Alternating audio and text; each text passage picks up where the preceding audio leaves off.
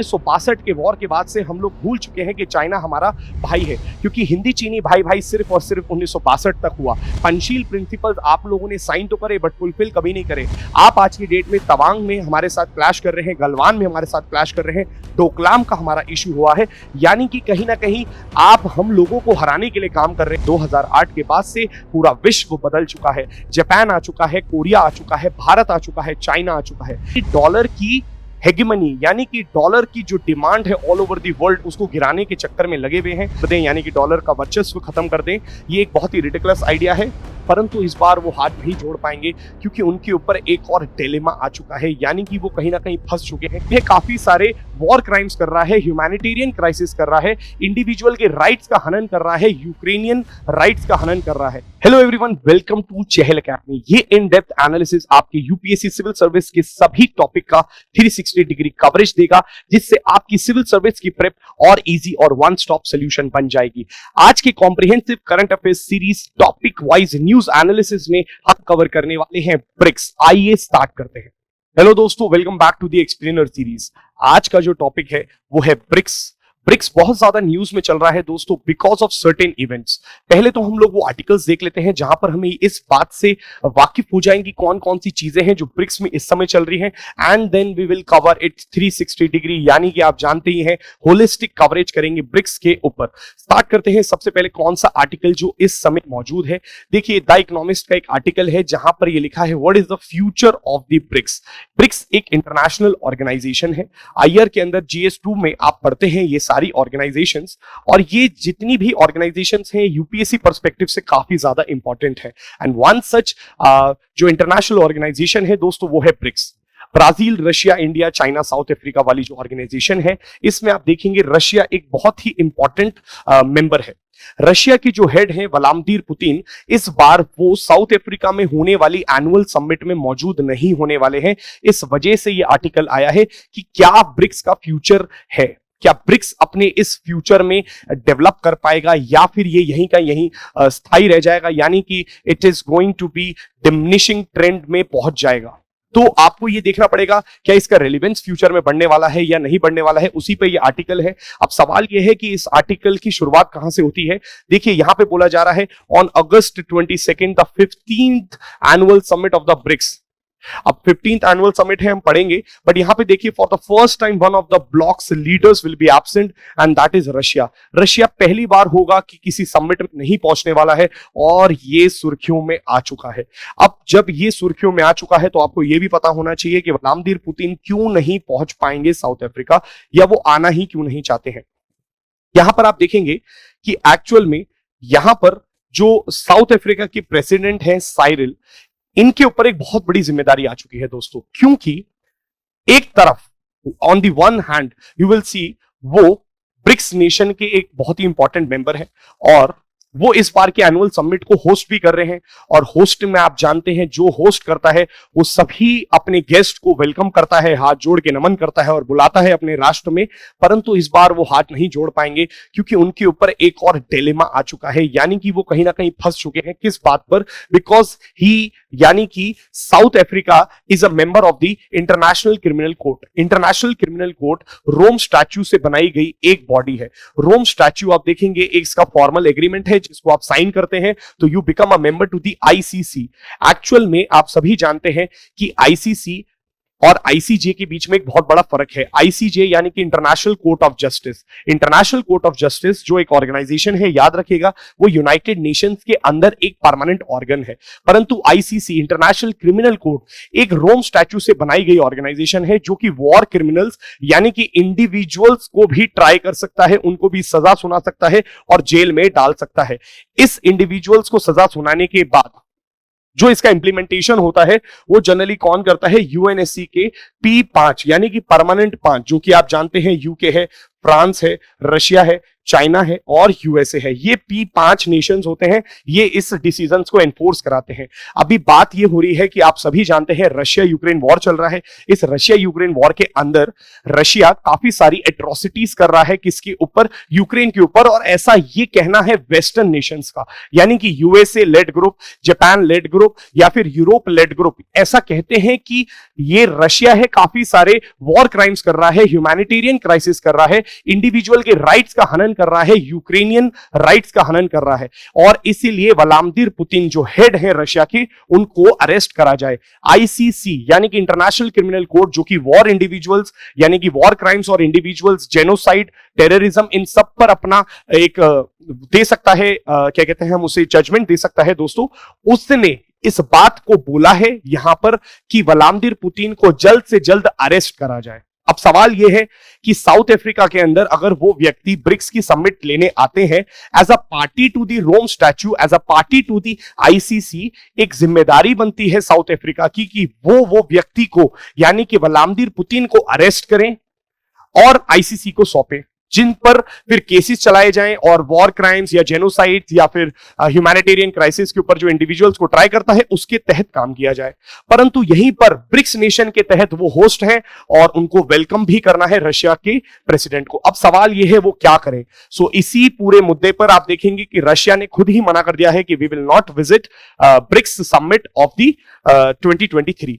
But point is, अगर Russia is an important member is not coming to the BRICS, what is going to be the future of the BRICS? And this is the article that is going to tell you कि भाई आने वाले समय में ये जो south Africa के president हैं उनके पास एक डिलेमा है आज की डेट में, वो क्या करें, और जिसकी वजह से वो नहीं आ पा रहे हैं।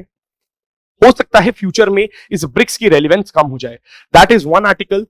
देखिए दूसरा आर्टिकल किस चीज पे बोल रहा है दोस्तों, BRICS currency replacing the dollar is a ridiculous idea.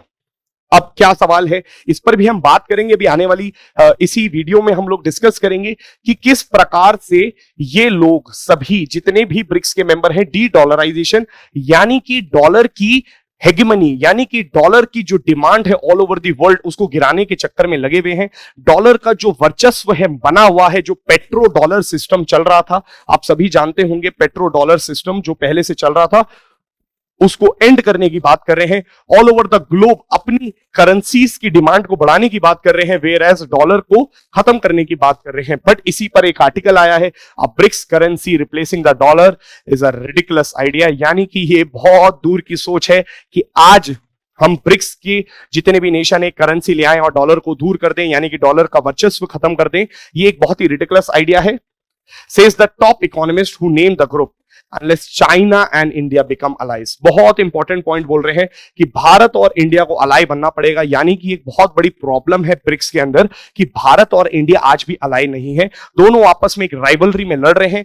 अगर हम दोनों एक साथ एक पायदान पर एक साथ कॉपरेट करें तो पूरा विश्व में एक हम लोग कीर्ति स्थापित कर सकते हैं। परंतु आप जानते हैं इंडो चाइना टाइज को भी हम एक दिन कवर करेंगे। भारत और चाइना के काफी जगह अच्छे संबंध हैं, परंतु कुछ ऐसे इश्यूज हैं जिस वजह से हम चाइना के साथ आगे नहीं बढ़ सकते हैं। We can not trust China. 1962 के वॉर के बाद से हम लोग भूल चुके हैं कि चाइना हमारा भाई है, क्योंकि हिंदी चीनी भाई भाई सिर्फ और सिर्फ 1962 तक हुआ। पंचशील प्रिंसिपल्स आप लोगों ने साइन तो करे बट फुलफिल कभी नहीं करे। आप आज की डेट में तवांग में हमारे साथ क्लैश कर रहे हैं, गलवान में हमारे साथ क्लैश कर रहे हैं, डोकलाम का हमारा इशू हुआ है, यानी कि कहीं ना कहीं आप हम लोगों को हराने के लिए काम कर रहे हैं। अब स्ट्रिंग ऑफ पर्ल्स की थ्योरी हो या फिर हम्बनटोटा पोर्ट का कैप्चरिंग हो, India has to take steps and India can not be ally with China.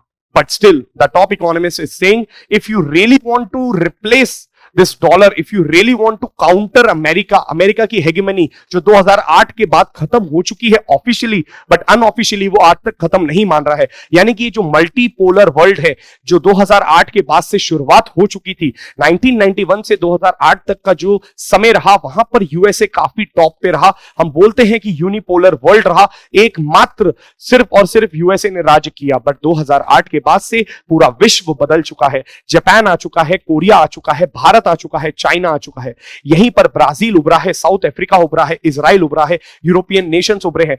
यानी कि आप ऐसा नहीं कह सकते कि सिर्फ और सिर्फ एक ही राजा है, इस पूरे विश्व में कई सारे हीरो आ चुके हैं, यानी कि मल्टीपोलर वर्ल्ड हो चुका है।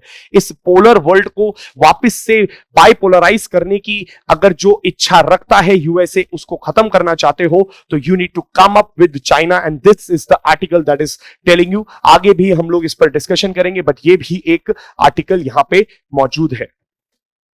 फिर ये भी एक आर्टिकल था जो अगस्त 16 2023 को था, BRICS bank issues first South African rand bonds. तो ये कौन सा है, और यहां पर एक वर्ड दे रखा है, the development bank founded by the so called BRICS countries, यानी कि न्यू डेवलपमेंट बैंक। तो ये भी करंट अफेयर्स में मौजूद है, आइए इसको भी डिटेल में कवर करते हैं। नेक्स्ट देख सकते हैं आप, BRICS, the coming together of the powerful five. As India is gearing up to host this year's BRICS summit, the grouping is facing fresh challenges from the disputes among members countries to tackling COVID-triggered crises and opportunities. ये पुराना article है, obviously 2021 का article है, but यहां से हमें कई सारी चीजें मिल जाती हैं जो हम लोगों को मेंस में लिखने में काम आ सकती हैं। आई होप सो आप ये मेरी बात समझ पा रहे होंगे।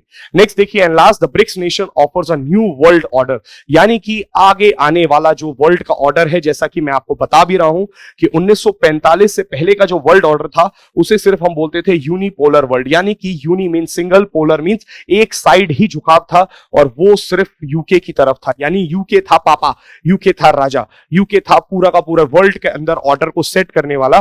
परंतु after the decline of the UK, after your second world war, आप देखेंगे कौन इमर्ज होता है दोस्तों, 1945 से लेके 1991, जिसको हम कोल्ड वॉर एरा भी कहते हैं। इस समय यूएसए और यूएसएसआर बहुत बड़ी पावर्स निकलती हैं, बट आफ्टर 1991 आप जानते हैं कि यूएसएसआर का डिसइंटीग्रेशन हो जाता है, 15 कंट्रीज में टूट करके बट जाता है, परंतु उसी के बाद यूएसए का सुपर पावर बनना तय हो जाता है।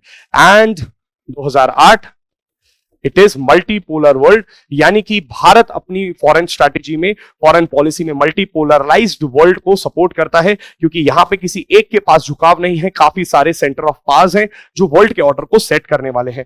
इसी वर्ल्ड के ऑर्डर को सेट करने के लिए आप देखेंगे ब्रिक्स नेशन के ऊपर बात करी जा रही है। बोला जा रहा है कि ब्रिक्स नेशन जो है वो शायद एक नया वर्ल्ड ऑर्डर को सेट करने में कुछ अपना ऑफर कर सकते हैं, कुछ आगे पहल कर सकते हैं, और वो किस लेवल पे कर सकते हैं, डिप्लोमेटिक फोरम पे कर सकते हैं, फाइनेंसिंग पे कर सकते हैं, वेस्टर्न मेन स्ट्रीम को काउंटर करने के लिए किया जा सकता है। चलिए स्टार्ट करते हैं without any further delay, what is BRICS, और ब्रिक्स से रिगार्डिंग जो भी चीजें हैं। देखिए ब्रिक्स 5 नेशन से मिलकर बना है, यानी कि जो मेंबर ग्रुप है इसमें 5 नेशंस हैं, एक है ब्राजील, एक है रशिया, एक है इंडिया, एक है China and south Africa. South Africa जो कंट्री है 2010 में आती है दोस्तों, and it is not a founding member, यानी कि आपसे यूपीएससी एक सवाल पूछ सकता है, भाई कौन सा फाउंडिंग मेंबर है, कौन सा फाउंडिंग मेंबर नहीं है। सो आप याद रखिएगा ये चारों फाउंडिंग मेंबर हैं, whereas South Africa is not a founding member, क्योंकि ये बना ही नहीं था। क्यों? क्योंकि 2001 में सबसे पहले ब्रिक टर्म को इंट्रोड्यूस करा गया था गोल्डमैन सैक के एक व्यक्ति के द्वारा, एक आर्टिकल लिखा गया था जिम ओ'नील के द्वारा, और इस आर्टिकल के अंदर ब्रिक यानी कि विश्व की सबसे बड़ी इमर्जिंग लार्जेस्ट इकोनॉमीज आने वाले समय में जो रूल करने वाली हैं, जो वर्ल्ड के ऑर्डर को सेट करने वाली हैं, उस आर्टिकल में पहली बार उन 4 शब्दों का इस्तेमाल करा गया था। उस टर्म को बोलते हैं ब्रिक। साउथ अफ्रीका नहीं था दोस्तों, बट इसका फॉर्मेशन कब होता है? इसका फॉर्मेशन होता है 2006 में।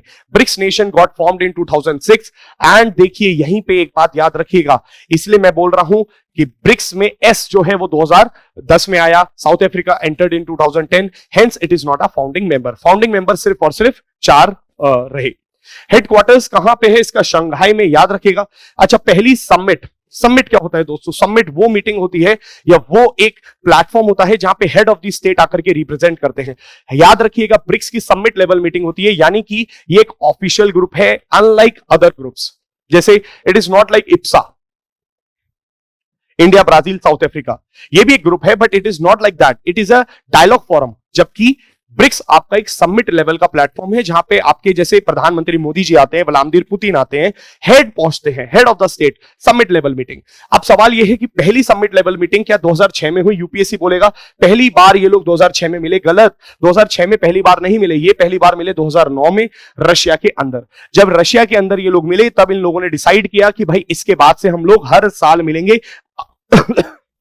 Sorry, after this they will meet annually, every year they are going to meet. And देखिए अभी भी तो एनुअल मीटिंग की बात ही हो रही है ना रशिया के साथ दोस्तों। सेकेंड समिट 2010 में हुई ब्राजील में, और इस समिट के बाद से आप देखेंगे साउथ अफ्रीका ने ज्वाइन कर लिया। चलिए नेक्स्ट ब्रिक्स की बात करते हैं, इंपॉर्टेंस की कह सकते हो, या ब्रिक्स क्या दर्शाता है। 42% ऑफ द ग्लोबल पॉपुलेशन, बहुत इंपॉर्टेंस रखता है ये पॉइंट दोस्तों। Approximately 50% of the entire population पूरे विश्व की इन 5 नेशंस के पास मौजूद है। तो आप समझ सकते हैं कि इसका से कितना बड़ा है, ये कितने बड़े लेवल पे इंपैक्ट डाल सकता है, कुछ भी हो। 30% ऑफ द ग्लोबल टेरिटरी, यानी कि लैंड एरिया में बात करो विश्व का 30% इन 5 नेशंस मिलके बनाते हैं। 23% of the global GDP, gross domestic product, पूरे विश्व में 23% योगदान इस पूरे केक का, ये अगर पूरे विश्व का द्वारा बनाया जा रहा केक है तो इसमें 23% का योगदान आप देखेंगे ब्रिक्स नेशन के अकेले द्वारा ही किया जाता है। सो बहुत सिग्निफिकेंस रखता है ये। नेक्स्ट एक की पॉइंट है, याद रखिएगा दोस्तों, जब हम G20 करेंगे तब भी हम इसको पढ़ेंगे, but all the members of the BRICS, यानी कि Brazil, Russia, India, China, South Africa, they are members of the G20। और यहीं से आप एक और करंट अफेयर्स के आर्टिकल को लिंक कर सकते हैं। बोला जा रहा है कि G20 की, जैसे आप जानते हैं कि हमारी पास उसकी प्रेसिडेंसी है और सितंबर में इसकी समिट लेवल मीटिंग होने वाली है G20 की। तो बोला जा रहा है क्या ब्रिक्स में जो व्लादिमीर पुतिन नहीं आ रहे हैं, क्या वो इंडिया की मीटिंग को भी स्किप कर देंगे G20 में? जी नहीं। G20 की मीटिंग में, क्योंकि देखिए Russia is also a member of the G20, सारे ही मेंबर्स हैं तो रशिया तो है ही है, तो Russia is not going to skip that meeting. मतलब मोदी जी के कहने पे ही is coming to the platform, वो G20 के प्लेटफॉर्म को तो अटेंड कर रहे हैं, but he is not going to attend what, BRICS summit. ये पॉइंट याद रखिएगा। नेक्स्ट देखिए न्यू डेवलपमेंट बैंक, काफी ज्यादा इंपॉर्टेंस है। शंघाई इसका हेडक्वार्टर्स है, कहां पे बना है ये bank? It is in Shanghai. Next, इसको पहले ब्रिक्स डेवलपमेंट बैंक के नाम से भी जाना जाता था, बट इसका नाम चेंज करके न्यू डेवलपमेंट बैंक हो गया है। किससे इसका फॉर्मेशन हुआ है? उसे बोलते हैं फोर्टालेजा डिक्लेरेशन। 2014 में फोर्टालेजा डिक्लेरेशन हुआ। इस डिक्लेरेशन को साइन 2014 में करा गया, बट इसको एनफोर्स 2015 में करा गया। यानी कि न्यू डेवलपमेंट बैंक जो कंसेप्ट है 2014 में आ गया, बट लागू 2015 में ही हुआ है।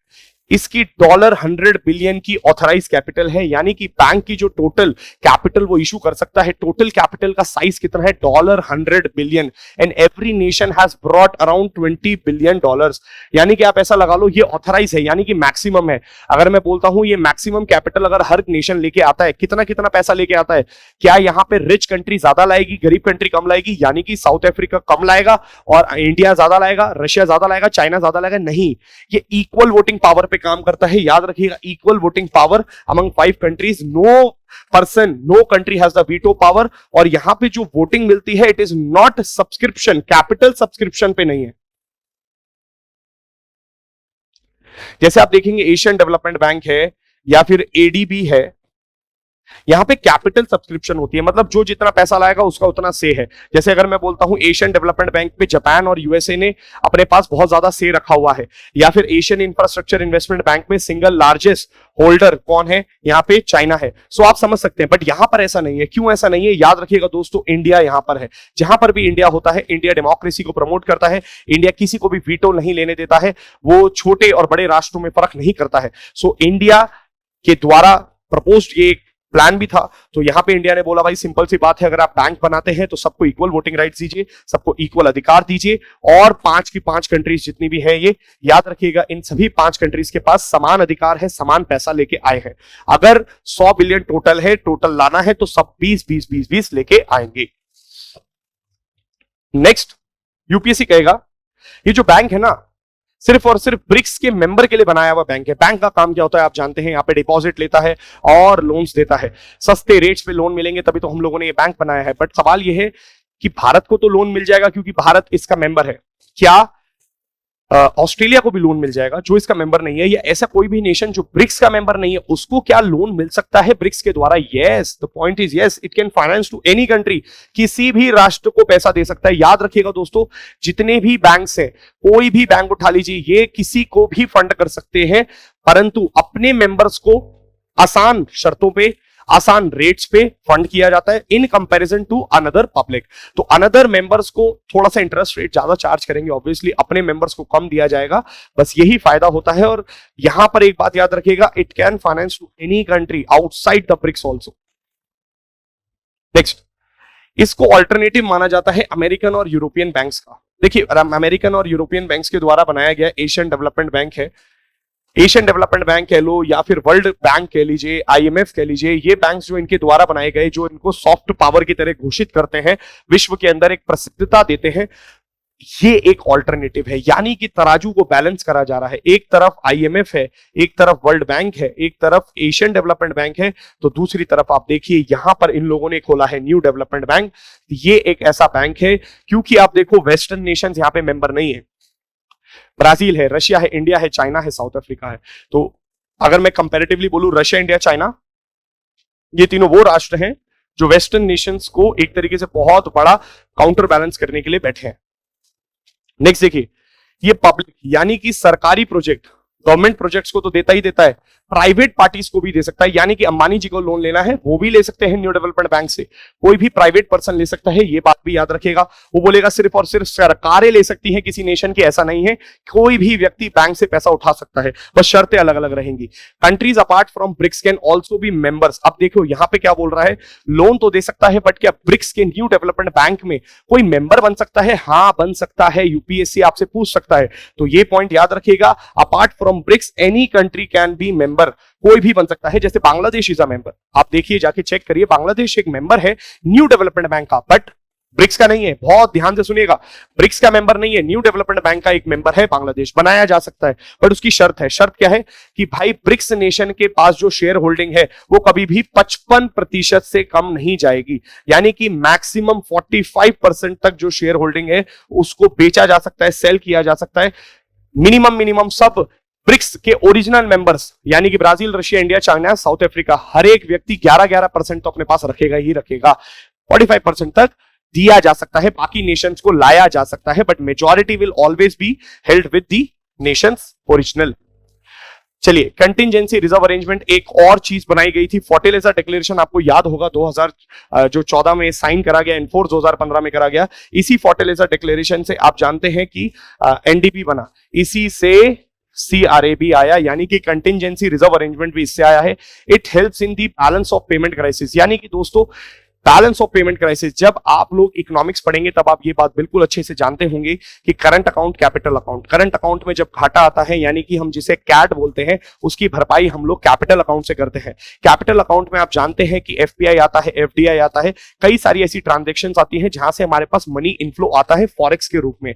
कई बार ऐसा होता है कि हमारे करंट अकाउंट का घाटा बहुत ज्यादा हो जाता है, कैपिटल अकाउंट उसकी भरपाई नहीं कर पाता है, तो हम अपने फॉरेक्स का इस्तेमाल करते हैं, जो कैपिटल अकाउंट के सबसे लास्ट ट्रांजेक्शन यानी कि फाइनेंशियल अकाउंट के नाम से जाना जाता है। बट अगर आपका फॉरेक्स भी खत्म हो जाए दोस्तों और करंट अकाउंट में घाटा रहे, तो उस केस को बोलते हैं बैलेंस ऑफ पेमेंट का क्राइसिस। यानी कि अब आपके पास फॉरेक्स की कमी आ गई है, जो हमारे पास हुई थी, कब हुई थी याद होगा आपको, 1990 में। तभी तो Bharat LPG liberalisation, privatisation, globalisation पे शिफ्ट हुआ। किससे? लाइसेंस परमिट कोटा के राज्य से। तो आप समझ सकते हैं कि भारत के पास सिर्फ और सिर्फ मात्र 18 दिन के लिए फॉरेक्स बचा था, उसके पास भारत के पास फॉरेक्स था ही नहीं। उस चक्कर में हम लोगों को LPG पॉलिसी को साइन करना पड़ा। परंतु आप ये बात जानते हैं, आज भारत विकसित हो चुका है, आज भारत समझदार हो चुका है, आज भारत के पास पहले से ज्यादा कैपेबिलिटी आ चुकी है। 18 महीने का हमारा इंपोर्ट कवर हो चुका है, यानी हम अपने इंपोर्ट्स को 18 महीने तक कवर कर सकते हैं। अब सवाल यह है कि बैलेंस ऑफ पेमेंट क्राइसिस के लिए भारत और सबने मिल करके, इन 5 राष्ट्रों ने मिलकर एक कंटिंजेंसी का मतलब होता है इमरजेंसी के बेसिस पे एक रिजर्व अरेंजमेंट को बनाया है। यानी कि एक ऐसा अरेंजमेंट है, जब भी एक नेशन के पास पैसे की कमी हो, तो हम कहां गए थे 1990 में, आप जानते होंगे, हम गए थे IMF के पास। देखो वर्ल्ड बैंक इस तरीके का लोन नहीं देता है, वर्ल्ड बैंक इंफ्रास्ट्रक्चर डेवलपमेंट पे लोन देता है, वेयर एज IMF किस तरीके का लोन देता है, बैलेंस ऑफ पेमेंट पे कोई भी क्राइसिस आ जाए। हम गए थे IMF के पास, और आप जानते होंगे IMF अपनी कुछ शर्तें मनवाता है, जिसको बोलते हैं स्ट्रक्चरल एडजस्टमेंट। स्ट्रक्चरल एडजस्टमेंट जिसको हम वॉशिंगटन कंसेंसस के नाम से भी जानते हैं। ये कंसेंसस यानी कि ये 10 शर्तें, इसको अगर मैं इन शॉर्ट बोलूं तो इसी को LPG बोलते हैं। ये 10 शर्तें आपको माननी पड़ती हैं, तभी आपको IMF लोन प्रोवाइड करता है इस बैलेंस ऑफ पेमेंट के क्राइसिस की कंडीशन में। तो पॉइंट यहां पर मैं आपसे ये बोलना चाहता हूं, आपको उनकी शर्तें मानने की जरूरत नहीं है, क्योंकि अब आपके पास अपना एक कंटिंजेंसी रिजर्व अरेंजमेंट नाम की चीज है, जो आप खुद मेंटेन करते हो, आपके पांचों राष्ट्र मेंटेन करते हैं, और आप कभी भी इस फंड की फैसिलिटी को इस्तेमाल कर सकते हैं। ये फैसिलिटी है बैलेंस ऑफ पेमेंट के क्राइसिस के समय इंडिया कैन यूटिलाइज इट। जैसे कल को अगर इकोनॉमिक्स का क्वेश्चन आए और आपसे यूपीएससी बोले कि करंट अकाउंट के घाटे को कैसे कम करा जाएगा या बैलेंस ऑफ पेमेंट को किस तरीके से भारत इंश्योर करेगा कि वो स्टेबल रहे, सस्टेनेबल रहे, तो आप उसमें एक पॉइंट डाल सकते हैं कि India can utilise this contingency reserve arrangement of the BRICS nation and this is called interlinking. GS2 का टॉपिक पढ़ो और GS3 में चिपका दो, यही तो आपको साइंस समझनी है आपकी मेंस की आंसर राइटिंग की। नेक्स्ट टॉपिक या नेक्स्ट कंसेप्ट जो आया है पार्ट NIR, ये भी एक प्रोजेक्ट है, ये भी बहुत इंपॉर्टेंट है, partnership for new industrial revolution. देखिए ये पार्ट NIR यूपीएससी सिंपली आपसे पूछ लेगा, बताओ भाई पार्ट NIR हाल ही में जो न्यूज में चल रहा है किससे संबंधित है? शंघाई कोऑपरेशन ऑर्गेनाइजेशन से, आसियान से, ब्रिक्स से या सार्क से? तो आपको पता होना चाहिए कि ब्रिक्स के द्वारा एक पार्टनरशिप बनाई गई है, किस पर्पस के लिए? New industrial revolution. What is new industrial revolution? दोस्तों देखिए कई बार आपके सामने ये टॉपिक आएगा न्यू इंडस्ट्रियल रेवोल्यूशन, एक दिन मैं इसमें भी डिटेल का एक पूरा का पूरा टॉपिक आपके लिए बना के दूंगा। आज समझने के लिए आप इतना समझ सकते हैं कि 4 इंडस्ट्रियल रेवोल्यूशन है और इस समय चलने वाला इंडस्ट्रियल रेवोल्यूशन को 4.0 बोलते हैं। फर्स्ट इंडस्ट्रियल रेवोल्यूशन जो था वो कब आया था? बहुत पहले आया था, इंडस्ट्रियलाइजेशन के समय आया था, जब पहली बार स्टीम इंजन्स चालू हुए थे, स्टीम से बनने वाली चीजें स्टार्ट हुई थी। फिर उसके बाद इंडस्ट्रियल रेवोल्यूशन 2.0 आया, जहां पे इलेक्ट्रिसिटी आई और इलेक्ट्रिसिटी से इंडस्ट्रियल रेवोल्यूशन हुआ। फिर आया इंडस्ट्रियल रेवोल्यूशन 3.0, जहां पे IT टेक्नोलॉजी, वाईफाई टेक्नोलॉजी, है ना, ये सारे इंटरनेट सारी चीजें। और आज का जो इंडस्ट्रियल रेवोल्यूशन है वो किस पर बेस्ड है दोस्तों?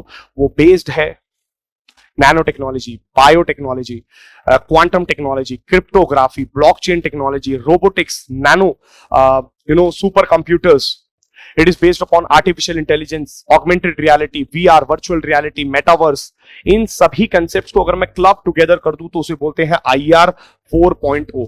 इन सभी पर आप देखेंगे साइंस एंड टेक का टॉपिक है, परंतु देखिए ब्रिक्स नेशन आपस में मिल करके साइंस एंड टेक के टॉपिक्स पे भी काम करते हैं। ऐसे ही एग्रीकल्चर से रिलेटेड अगर इंफॉर्मेशन चाहिए, एग्रीकल्चर से रिलेटेड इन्होंने एक एग्रीमेंट साइन करा है जिसे बोलते हैं बेस। बेस का मतलब होता है basic agriculture information system. BRICS का एक अपना कोलैबोरेशन है।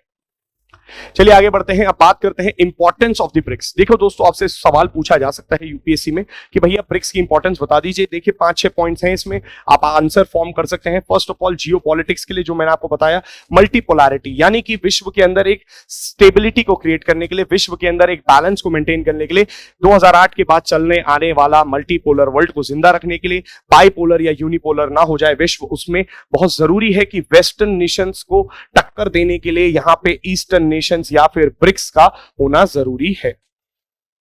इकोनॉमी, आप जानते हैं न्यू डेवलपमेंट बैंक, यहां से हम लोन ले सकते हैं। CRA BOP क्राइसिस में मदद कर सकता है। Third, bridge system between developed and developing Nations.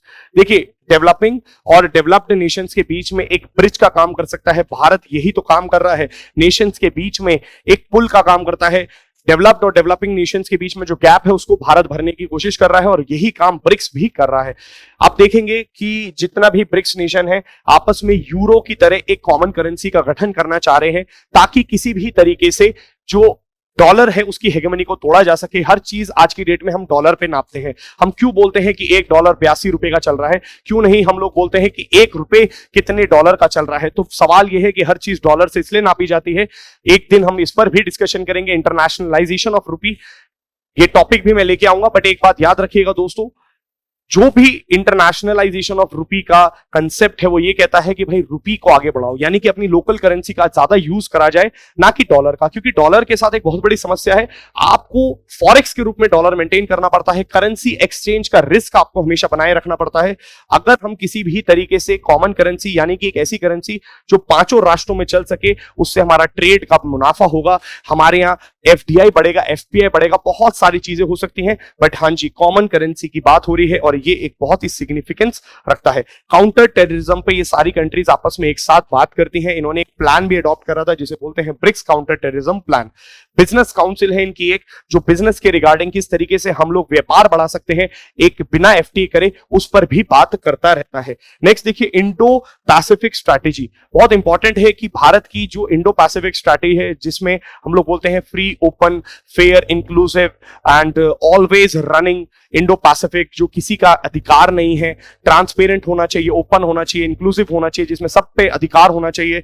जबकि चाइना कहता है कि भाई मेरी इंडो पैसिफिक नहीं है ना, मेरी स्ट्रैटेजी अलग है, मेरी स्ट्रिंग ऑफ पर्ल्स है, मैं सबको घेरूंगा और मैं मलाका स्ट्रेट्स या कुछ स्ट्रेट्स पे कब्जा करूंगा।